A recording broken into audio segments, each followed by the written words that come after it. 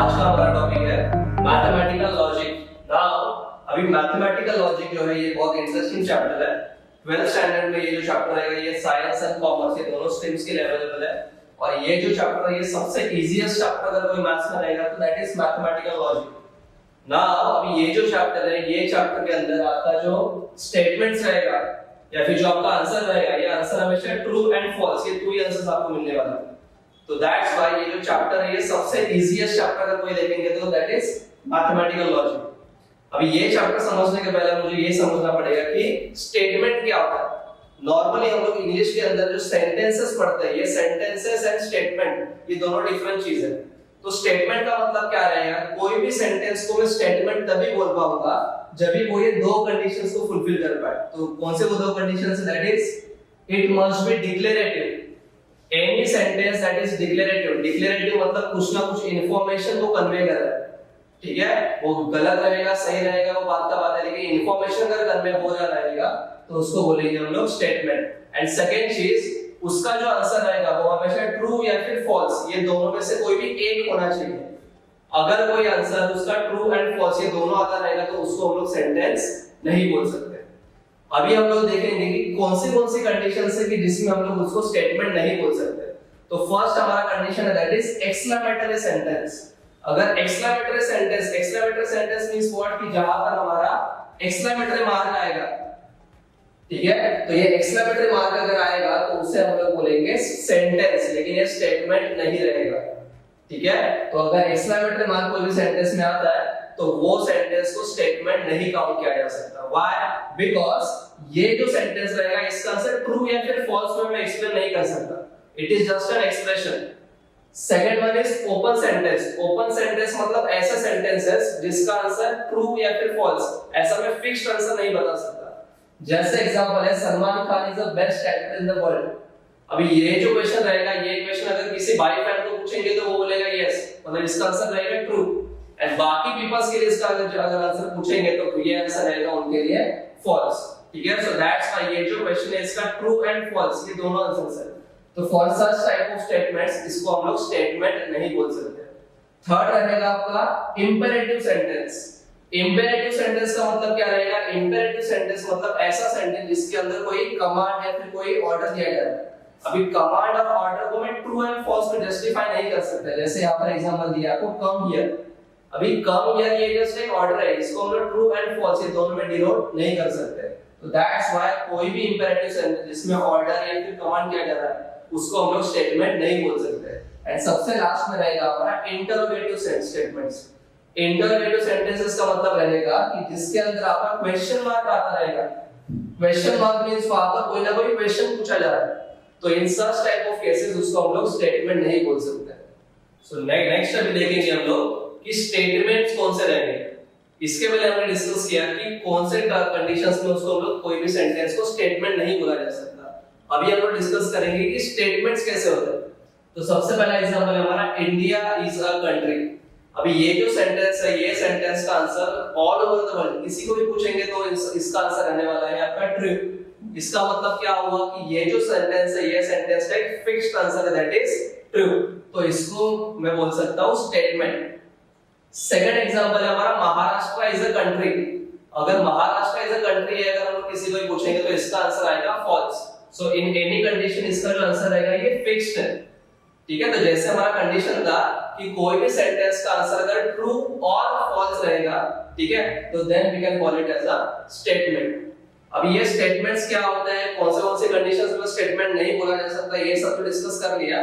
उसके बाद हमें देखना पड़ेगा कि स्टेटमेंट के टाइप्स कौन से रहेंगे हमारे पास। तो स्टेटमेंट का सबसे पहला टाइप है हमारे पास simple statement and second type है हमारे पास कंपाउंड स्टेटमेंट। अभी सिंपल स्टेटमेंट का मतलब क्या होता है, सिंपल स्टेटमेंट का मतलब ऐसा स्टेटमेंट जिसके अंदर ओनली वन स्टेटमेंट आ रहा है उसको ही बोलेंगे हम लोग सिंपल स्टेटमेंट। जैसे हमारे यहाँ पर ये जो दो स्टेटमेंट्स ये थे हमारे सिंपल स्टेटमेंट्स, बिकॉज़ पूरे सेंटेंस में हमें सिर्फ एक ही स्टेटमेंट दिखाई दे रहा है। वेयर एज कंपाउंड स्टेटमेंट का मीनिंग रहेगा कि जहां पर कॉम्बिनेशन ऑफ टू और मोर स्टेटमेंट्स रहेगा। मींस कि जहां पर दो अलग-अलग स्टेटमेंट्स को अगर मैं ज्वाइन कर दूंगा यूजिंग कनेक्टिव तो उसको मैं बोल सकता हूँ कंपाउंड स्टेटमेंट। ठीक है, तो ये जो कंपाउंड स्टेटमेंट रहेगा, ये कंपाउंड स्टेटमेंट को करेक्ट करने के लिए यहाँ पर मैं बेसिकली क्या कर रहा हूँ, दो अलग अलग स्टेटमेंट्स को एक साथ कंबाइन कर रहा हूँ। तो ये कंबाइन करने के लिए हमें जरूरत पड़ेगा लॉजिकल कनेक्टिव्स का। अब ये लॉजिकल कनेक्टिव्स क्या होता है वो भी देखेंगे हम लोग ना। लॉजिकल कनेक्टिव्स का अगर एग्जांपल देखेंगे तो सबसे पहला एग्जांपल है हमारे पास, दैट इज कंजंक्शन। अब ये जो कंजंक्शन है, ये कंजंक्शन को डिनोट किया जाता है बाय दिस सिंबल। अभी कोई भी स्टेटमेंट के अंदर कंजंक्शन ये यूज हुआ है, कंजंक्शन कनेक्टिव यूज हुआ है, ये कैसे आइडेंटिफाई किया जाता है, तो ये दो वर्ड्स है एंड और बट। अगर किसी भी दो स्टेटमेंट्स के बीच में अगर एंड आ जाएगा या फिर बट आ जाएगा तो इसका मतलब वहां पर कंजंक्शन या लॉजिकल कनेक्टिव यूज किया गया और इसको सिंबॉलिकली डिनोट किया जाता है बाय दिस सिंबल। अब इसका जो ट्रूथ टेबल रहेगा, ये ट्रूथ टेबल कैसा रहेगा कि अगर दोनों स्टेटमेंट्स अगर ट्रू रहेगा तो मेरा ओवरऑल जो स्टेटमेंट रहेगा उसका आंसर रहेगा ट्रू। अगर एक टी एंड एक एफ रहेगा तो एफ। अभी ये जो टेबल है, ये टेबल को लर्न करने के लिए एक शॉर्टकट है, दैट इज अगर मैं टी को 1 एज्यूम करूंगा एंड अगर एफ को 0 एज्यूम करूंगा एंड ये जो कंजंक्शन इसको हमेशा मल्टीप्लाई के अंदर इसमें लिया जाता है, तो इसको मैं कैसे याद कर सकता हूं, 1 into 1 क्या रहेगा 1, that is true. Second one 1 into 0 that is 0, मतलब ये f। then f into t मतलब ये 0 into 1 that is 0 एंड सबसे लास्ट में रहेगा हमारा 0 into 0 that is 0 मतलब ये रहेगा मेरा f। तो बाय दिस वे हम लोग याद कर सकते हैं इसका ट्रूथ टेबल। तो कंजंक्शन अगर आता है तो आपको बस याद रखना है कि कंजंक्शन मतलब सिंपल मल्टीप्लिकेशन करना है एंड वहां पर t मतलब 1 रहेगा एंड f का मतलब रहेगा 0। वेयर एज सेकंड एग्जांपल रहेगा हमारा डिसजंक्शन का। डिसजंक्शन जो है ये इसको आइडेंटिफाई किया जाता है बाय दिस वर्ड। तो अगर किसी भी दो स्टेटमेंट्स के बीच में अगर और वर्ड आएगा तो उसको आइडेंटिफाई किया जाता है डिसजंक्शन से। तो उसका सिंबल रहेगा ये वाला, तो ये रहेगा डिसजंक्शन का सिंबल और इसका ट्रूथ टेबल कुछ इस तरह से रहेगा। नाउ अगेन इसको भी याद रखने के लिए वही सेम शॉर्टकट रहेगा कि t को 1 एज्यूम करेंगे, f को 0 एज्यूम करेंगे और डिसजंक्शन को एज्यूम किया जाता है प्लस। तो यहाँ पर t मतलब 1 plus 1 क्या आएगा 1, that is true. then 1 plus 0 that is 1 ये भी आएगा true। then f plus t ये भी आएगा 1 मतलब भी true and last one 0 plus 0 is equal to 0 plus means f। तो मुझे बस इतना याद रखना है कि डिसजंक्शन के केस में दोनों में से कोई भी एक स्टेटमेंट अगर ट्रू रहेगा तो my final answer will be true and दोनों में दोनों अगर 0 रहेंगे तो ही मुझे क्या मिलने वाला है, वहां पर f आंसर मिलने वाला है। whereas कंजंक्शन में अगर एक भी f आएगा स्टेटमेंट के अंदर तो उसका जो फाइनल आंसर रहेगा वो रहेगा f।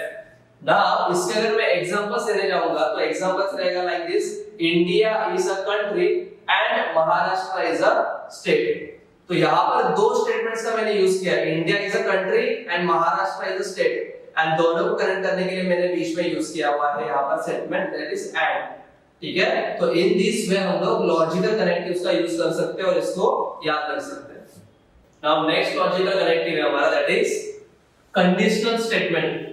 अब ये जो conditional रहेगा, ये conditional के अंदर क्या रहेगा, तो conditional statement आइडेंटिफाई किया जाता है बाय दिस वर्ड। अगर कोई भी स्टेटमेंट के अंदर if then अगर आएगा, ठीक है, या फिर implies ये वर्ड आएगा तो इसका मतलब that is my conditional logical connective। अभी ये इसका यूज कैसे होता है, फॉर एग्जांपल इसका एग्जांपल देने जाएंगे तो if India is a country then Maharashtra is a state। तो यहाँ पर India is a country and Maharashtra is a state, ये दो स्टेटमेंट्स हैं और उनके बीच में if और then यूज हुआ है तो इसको डिनोट किया जाता है बाय कंडीशनल।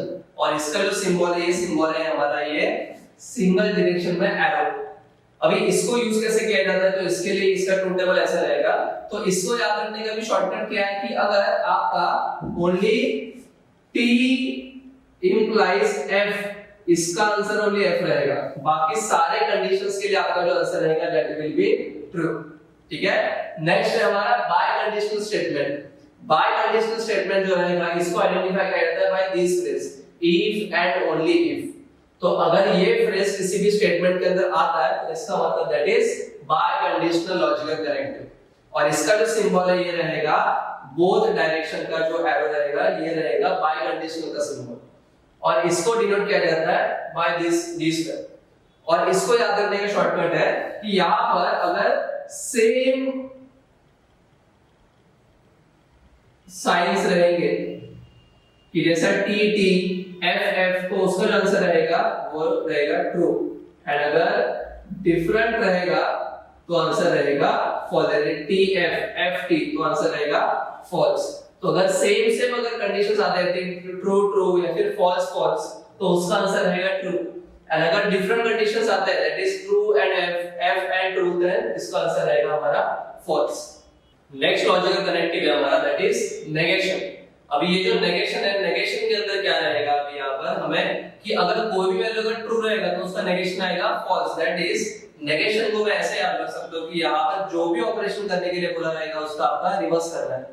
जैसे इसका जो कनेक्टिव वर्ड है वो होता है नॉट। तो अगर किसी भी स्टेटमेंट में नॉट ये वर्ड आता है मतलब वो नेगेशन को डिनोट करता है, और उसका जो सिंबल रहेगा ये रहेगा कुछ इस तरह। और ये जो स्टेटमेंट है, ये स्टेटमेंट का जो ट्रूथ टेबल रहेगा वो रहेगा ये कि अगर मेरा ट्रू वैल्यू रहेगा ट्रू तो उसका जो नेगेशन रहेगा वो रहेगा फॉल्स, एंड अगर वैल्यू रहेगा फॉल्स तो उसका नेगेशन रहेगा ट्रू। अगर इसका एग्जांपल लेने जाएंगे तो एग्जांपल आएगा let's say India is a country, ये हमारा स्टेटमेंट है।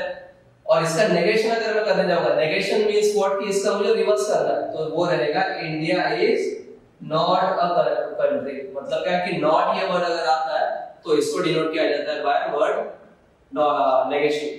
ठीक है, तो जो नेक्स्ट टॉपिक्स देखे रहेंगे वो देखेंगे हम लोग अगले वीडियो में। ठीक है, तब तक के लिए बाय बाय, थैंक यू।